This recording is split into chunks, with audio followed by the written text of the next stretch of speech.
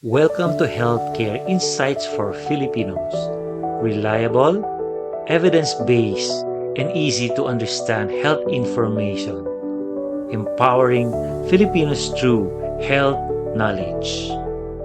Magandang araw mga ka-Health Insights. Ako si Dr. Almadin Dimaukom at welcome sa ating channel na nagbibigay ng health information na madaling maintindihan ng bawat Pilipino. Sa video na ito, ang pag-uusapan natin ang isang laboratory test na madalas pinapagawa sa mga may diabetes, ang HbA1c o hemoglobin A1c. So ano ba talaga ito? Bakit mahalaga? At ano ang ibig sabihin kapag mataas ang resulta? Alamin natin, what is HbA1c? Ang HbA1c ay isang blood test na sumusukat sa average blood sugar level sa nakalipas na 2 hanggang 3 buwan. Hindi tulad ng fasting blood sugar na isang araw lamang ang sinusukat. Ang HbA1c ay nagbibigay ng mas malawak na larawan kung gaano kaganda o kapangit ang kontrol ng diabetes sa nakaraang mga buwan.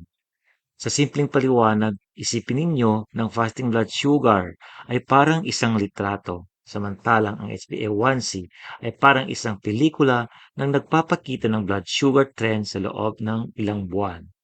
Paano ito nangyayari? Ang asukal sa dugo ay kumakapit sa hemoglobin, isang protina sa loob ng red blood cells.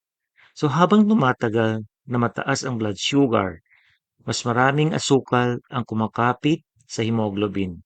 Dahil ang red blood cells ay nabubuhay ng humigit kumulang 120 araw, nagkikita ng HbA1c test ang average blood sugar sa nakaraang 2 hanggang 3 buwan. Paano interpretahin ang resulta? Narito ang pangkalahatang gabay. So ang normal mas mababa sa 5.7%, ang pre-diabetes 5.7% hanggang 6.4% at ang diabetes 6.5% pataas. Para naman sa mga diagnosed na may diabetes, kadalasang target ang mas mababa sa 7%. Ngunit tandaan, maaaring magkaiba ang target depende sa edad, kalusugan at payo ng iyong doktor.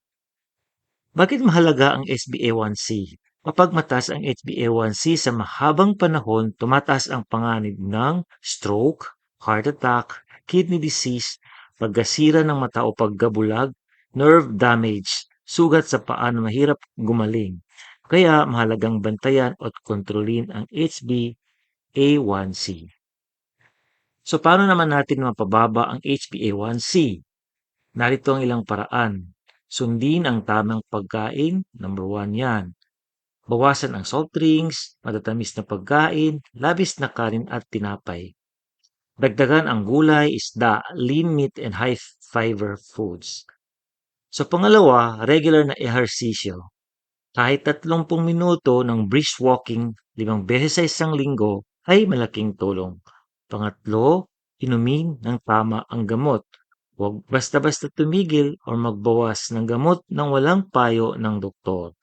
Regular na monitoring, magpa-check up at sundin ang schedule ng laboratory test. Importanteng paalaala, may mga pagkakataon na maaaring hindi eksaktong sumasalalim or sumasalamin ang HbA1c sa blood sugar level tulad ng severe anemia, recent blood transfusion, ilang blood disorders, chronic kidney disease.